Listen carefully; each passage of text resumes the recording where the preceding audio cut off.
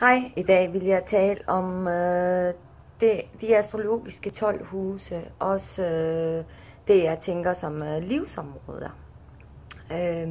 Det I skal huske på, det er, at der er ikke noget, der er godt eller skidt med hensyn til de huse, jeg nævner. Det er ikke husene, der afgør det. Det er de tegn og planeter og deres grader, der afgør det. Så er det bare helt basalt, hvad husene gør fra 1 til 12.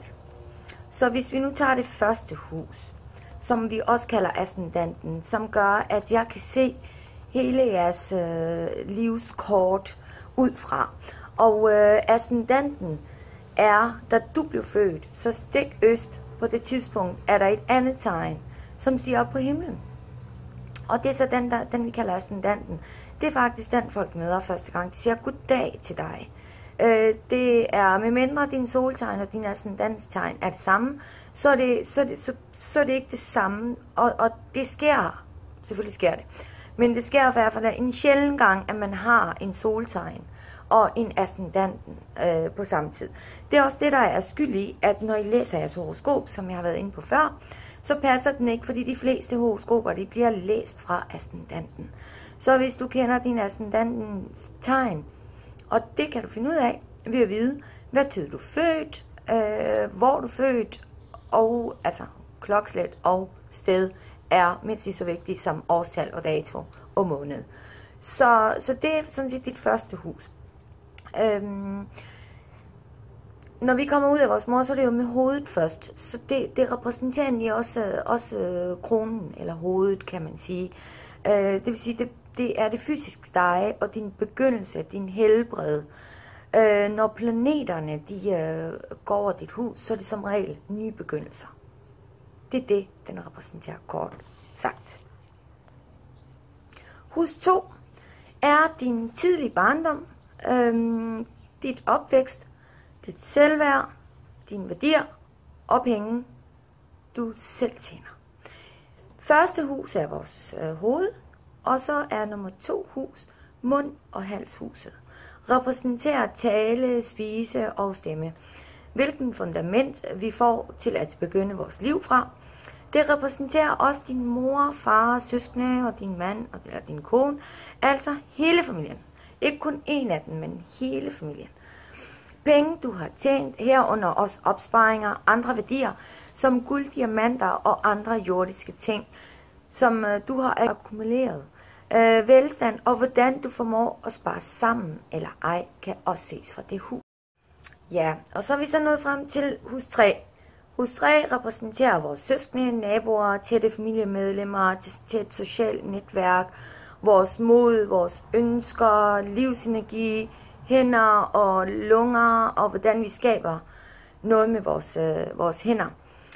Journalister, medie og skriveri ses også fra 3. hus. 3. hus kan faktisk godt gå parallelt med det 5. hus. Fordi at hvis vi nu tager det der YouTube-kanal, så har jeg jo skrevet en masse ned, inden jeg starter på sådan en YouTube-video der. Og 3. hus, det er så selve arbejdet, jeg laver, og 5. hus, altså den måde, jeg vælger så at formidle det på. YouTube er en underholdningskanal, så YouTube er for eksempel det 5. hus. 3. hus handler også om korte rejser og lavere uddannelser og indlæring, altså på lavere niveau. Det er så, hvad 3. hus er. Det 4. hus, det er vores hjem og omgivelser, vores sikkerhed i alle henseender og vores privatliv. Vores mors omsorg, vores ejendom, hus, bil, radiator, alt hvad der giver os følelsen af bekvemmelighed. 4. hus repræsenterer også mellemtrin i skolen, fordi der er du stadigvæk i gang med at lære fra din mor. Så vi er nået til 5. hus. Det handler om, hvad vi skaber. Som jeg nævnte tidligere, 3. hus, så 5. hus også underholdning. Men tilbage til, at det handler om det, vi skaber. Derfor er det også blandt andet vores børns hus. 5. hus er også vores måde at udtrykke os på. Derfor er det også et hus for kunst og kultur og astrologi. Det er alt, hvad vi skaber og viser frem til verden. Og det er jo det, jeg gør. Jeg forsøger at tolke horoskop på den måde, jeg synes, det skal tolkes på, eller sådan som jeg forstår det. Og så viser jeg det frem via YouTube.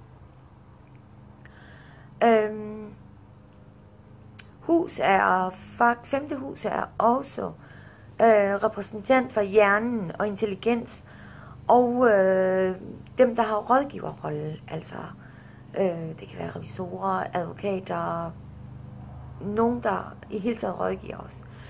Det repræsenterer faktisk også, det hus, det repræsenterer også forelskelse. Så som I kan se, husene kan godt, altså et hus kan godt repræsentere forskellige ting. Hus 6, det er arbejde, ikke nødvendigvis karriere. Det er vores almindelige hverdag. Alle de der ting, vi gør til hverdag. I ved, rydder op og gør rent, henter børn, bringer børn, passer vores job, passer vores ting. Kollegaer, medarbejdere, ikke chefer, men kollegaer og medarbejdere, dem vi har daglig omgang med. Helbred og healing, rådgivning vi modtager fra andre. Altså mental eller fysisk eller spirituel helbred. Det er også hus vedrørende, hvor vi hjælper andre mennesker. Det kan være for eksempel igennem astrologi, læger, sygeplejersker, healere, restauranter faktisk også, fordi de servicerer jo også andre mennesker. Det er faktisk, det anses også for din fjendes hus. Det er herfra, man kan se, hvordan du håndterer dine fjender. 7. hus, det er så det helt modsat fra første hus. For det første hus, det var dig. 7. hus, det er dit bedre halvdel. Og det er alle slags partnerskab. Det er ikke bare ægteskabsforhold, det er også forretningsmæssige partnerskaber. Det er, hvordan vi ser os selv igennem, eller i samarbejde med andre. Og det kan både være i arbejdsmæssig relation, eller i et fast forhold. 8. hus. Ja, det 8. hus, det er hus for store forandringer og forvandlinger. Altså, I ved, når jeres liv vender op og ned. Det kan man nemlig ofte ses for 8. hus. Den tager sig af tabuting, vi ikke har lyst til at tale om. Det er et hus, som viser måden, vi styrer andre på. Via penge, sex eller gennem liv eller død. Det er de 3 tabuer. For det er, hvad 8. hus er om. Det handler tit om den mørke side af hvert manipulation og hvordan du kontrollerer andre.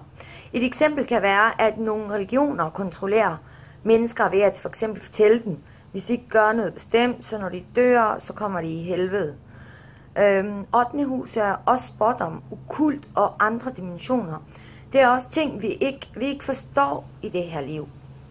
Det er et hus om gæld, fælles økonomi, arv, svigerfamilie. 8. hus er også andre folks hemmeligheder, uanset om vi ved det eller ej. Det er et hus med skjulte dagsordner. Og så er der så 9. hus. 9. hus handler om det højere bevidsthed, religioner og lovgivning. Det her hus er for advokater, dommer og andre, som håndterer lovgivning.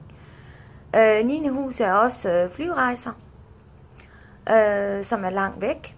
Modsat 3. hus, så har 9. hus højere uddannelse og højere indlæring.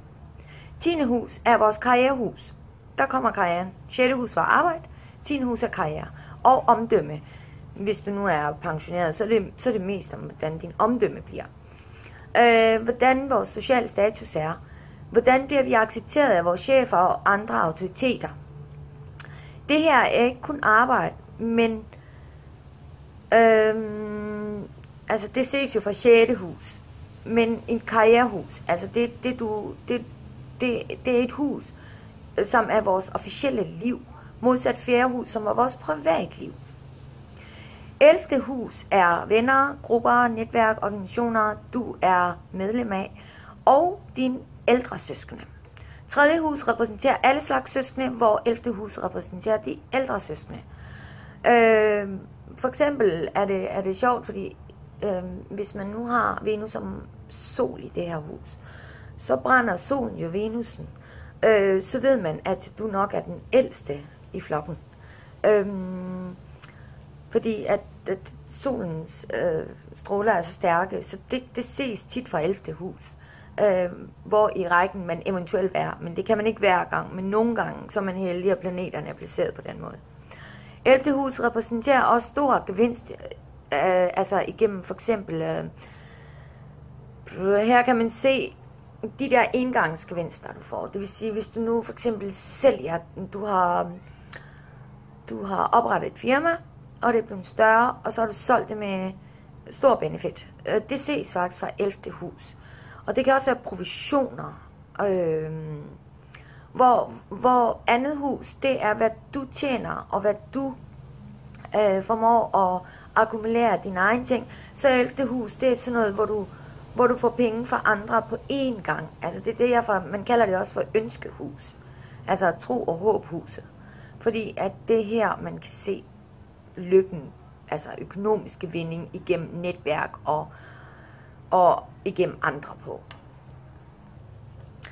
Så er vi nået til det sidste hus, og det er 12. hus. Og det siger sig selv, det er det aller sidste hus.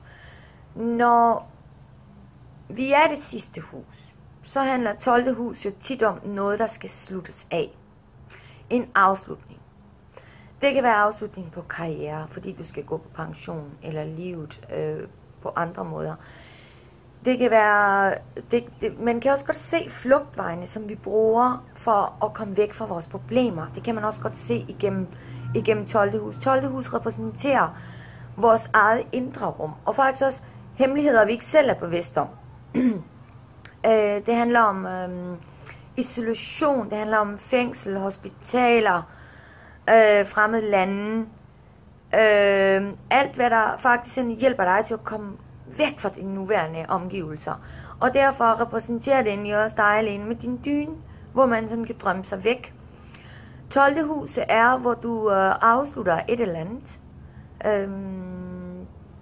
Det kan være...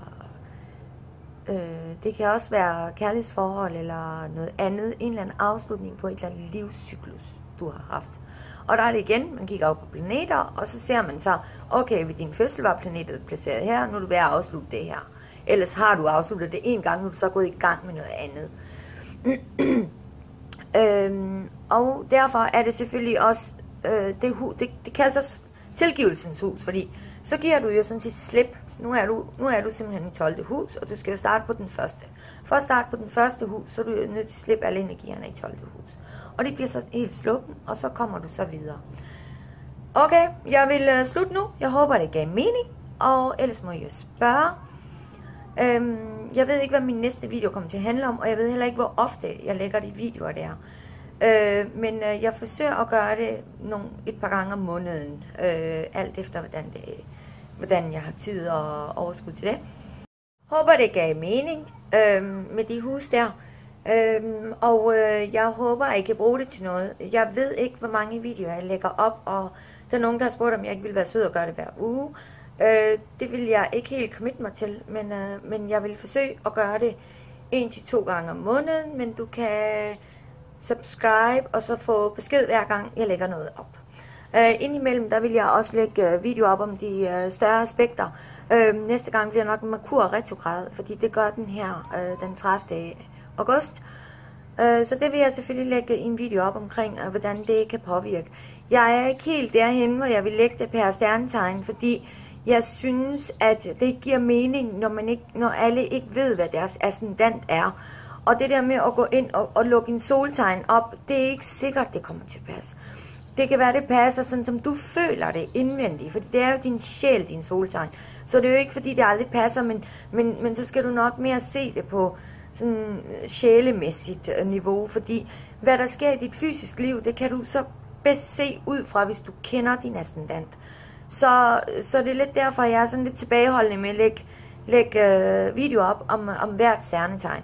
Men ved I, hvad tegn I er født i, så skriv det på kommentar, og så kan det være, at jeg tager fat i det og laver en video om dem der har flest kommentarer på. For eksempel hvis du er født, så skriv du bare lige fisk nedad. Hvis du ved det, din ascendant, så vil jeg gerne lave en video på fisk for eksempel, eller skorpion, eller hvem det nu er, der skriver dernede af. Så dem, der skriver flest tegn, dem laver så video på. Men ellers må I have det godt, og vi snakkes ved igen.